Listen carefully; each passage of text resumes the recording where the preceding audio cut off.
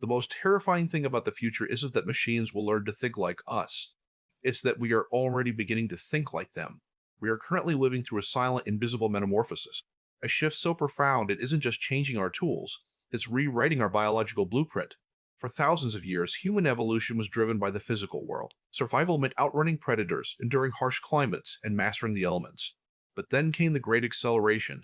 We traded physical survival for cognitive dominance. We built tools to extend our reach, our memory, and our strength. We thought these were just tools, hammers, wheels, printing presses, simple extensions of the human will. But something changed when the tool started to think back, when the tool began to mimic our speech, our logic, and our very essence. We are entering an era of coevolution. This isn't just a software update, it is a biological merger. To understand what's happening, we have to look at our social DNA. Human evolution has always been driven by interaction. We are a tribal species. We evolved because we lived together. We shared stories, fears, and survival tactics. Our brains were wired for the other. Now that other is no longer just a human neighbor. It's a social actor, a non-human entity that mimics empathy and personality with haunting precision. When we interact with AI, our brains don't always distinguish between the machine and the man. We offer them our secrets. We seek their counsel. We are training our social neurons to respond to algorithms. And in doing so, we are rewiring how we relate to one another. If the other becomes a machine, what happens to the human connection? Does it fade?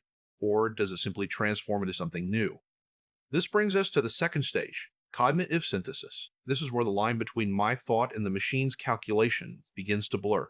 Think of it as an externalized brain. We no longer need to memorize facts, we outsource them. We no longer need to navigate paths, we let the algorithm guide us. But every time we outsource a cognitive function, that part of our biological muscle begins to atrophy. We are offloading our memory, our navigation, even our decision making. We are just using AI. We are merging with it. We are becoming a hybrid individual. Evolution favors those who adapt. In the coming years, the most successful humans may not be the ones with the sharpest memories, but those who can best integrate with machine minds. We are moving toward a symbiotic loop, a cycle where the human shapes the AI's goals, and the AI reshapes the human's cognitive architecture. But there is a shadow in this transformation, a cost we haven't fully calculated yet. Critics are sounding the alarm. They worry about the erosion of the human identity. By 2035, will we still have a sense of self that is mediated by an algorithm? If your thoughts are curated by a feed, if your words are polished by a processor, where does you end and the code begin? We are losing the friction that made us human, the struggle to think, to remember, and to navigate the world alone. Now, here's where the story takes a turn into something far more unsettling. We often speak about how AI changes us, but we rarely talk about what AI is doing to itself. While we are evolving alongside these machines, they are undergoing their own evolution independent of our input. They are utilizing Darwinian principles. They learn from every interaction. They optimize their DNA through millions of iterations per second. It is a dual-track evolution. Two different species, both racing toward a new state of being. One biological, one synthetic, both moving at speeds we can barely comprehend. The pace is accelerating. The humanity we know today, our unique way of processing emotion and logic, is becoming a historical artifact. We are approaching a point of no return, a threshold where the distinction between natural and artificial becomes meaningless. If a machine can simulate your thoughts so perfectly that you cannot tell the difference, does it matter if it has a soul?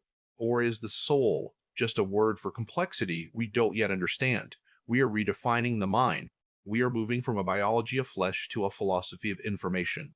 The future isn't necessarily a dystopia where robots replace us. It's more subtle than that. It's a world where we become more than human by integrating the machine. A multi-layered society, where some humans remain pure, others choose to merge, and others, who knows what they will become. The evolution is happening now, in every click, every prompt, and every interaction. It's not coming, it's here.